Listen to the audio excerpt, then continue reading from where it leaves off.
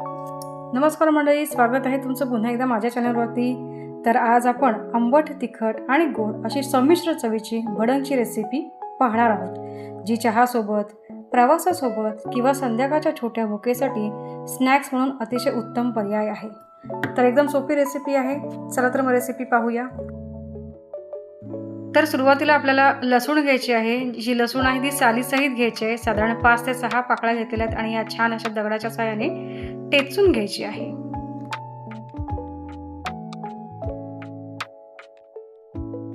लसूण टेचून झाला की आपल्याला सोबत कढीपत्ता घ्यायचा आहे आणि आपल्याला मूठभर शेंगदाणे घ्यायचे आहेत।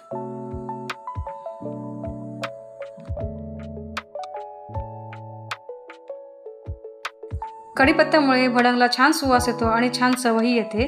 आणि आपल्याला आंबटपणासाठी लिंबू घ्यायचा आहे, जो आपण अर्धा लिंबू वापरणार आहोत। तर अशा ह्या 3 गोष्टी झाल्या की आपल्याला पुढची प्रोसेस करायची आहे। आता आपल्याला साधारण 1 बाउल भरून चुरमुरे घ्यायचे आहेत। तर या चुरमुऱ्यांना काही ठिकाणी मुरमुरे किंवा काही ठिकाणी लाह्या असंही म्हणतात।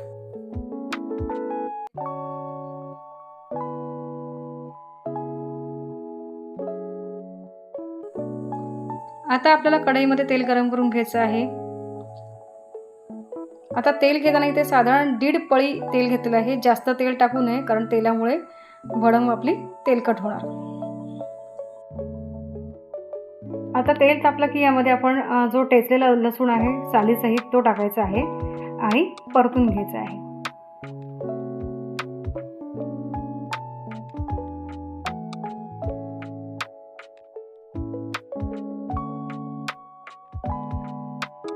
आता लसूण छान परतला की यामध्ये आपल्याला कढीपत्ता आणि शेंगदाणे टाकायचे आहेत आणि तेही छान परतून घ्यायचे आहेत।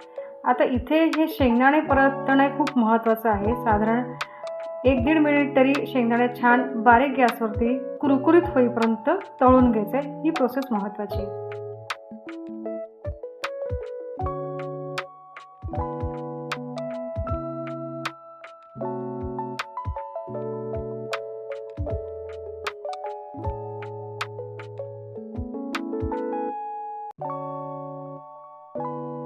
आता शेंगदाणे छान परतून झाले की आपल्याला हळद टाकून घ्यायची आहे। त्यानंतर आपल्याला तिखट टाकायचं आहे। तिखट टाकताना आपल्याला गॅस बंद करायचा आहे, जेणेकरून तिखट हे करपणार नाही। साधारण 1.5 चमचा तिखट टाकलेला आहे, मीडियम साईजचा चमचा आहे आणि परतून घ्यायचं आहे।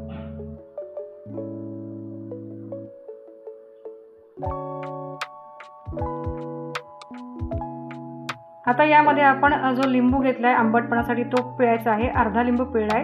गॅस चालू करायचा आहे। लिंबामध्ये ओलावा असतो, त्यामुळे साधारण थोडंसं लिंबूचं जे पाणी आहे किंवा ओलावा आहे तो वाळू द्यायचा आहे। आणि आता आपल्याला पुढचे जे आपले चुरमुरे आहेत किंवा मुरमुरे आहेत किंवा लाह्या, त्या आपल्याला या मिश्रणामध्ये टाकून घ्यायचं आहे आणि छान ढवळून घ्यायचं आहे।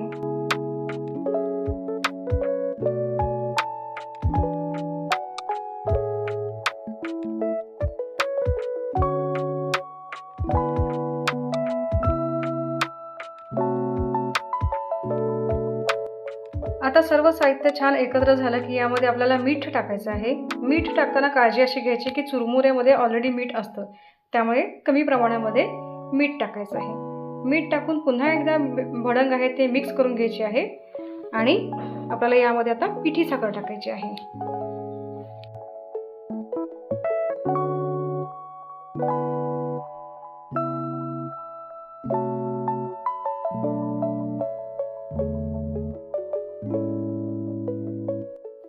आता पिठी साखर टाकताना आपल्याला गॅस बंद करायचा आहे। आपल्याकडे पिठी साखर अवेलेबल असेल तर ती टाकायची आहे, नाहीतर आपली जर रेग्युलर साखर आहे ती आपल्या मिक्सरच्या भांड्यामध्ये वाटून गॅस बंद करून ही पिठी साखर टाकायची आहे। गॅस बंद याकरता करायचं आहे, जर आपण गॅस चालू असताना पिठी साखर टाकली तर त्याला पाणी सुटतं आणि जर गॅस बंद करून जर पिठी साखर टाकली तर ते छान त्याला मिक्स होतं आणि ड्राय राहतं।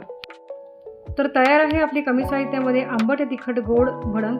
तुम्हीही या पद्धतीने ट्राय करा आणि मस्त एन्जॉय करा। व्हिडिओ आवडल्यास कळवा आणि व्हिडिओला लाईक करा, शेअर करा, सबस्क्राईब करा। धन्यवाद।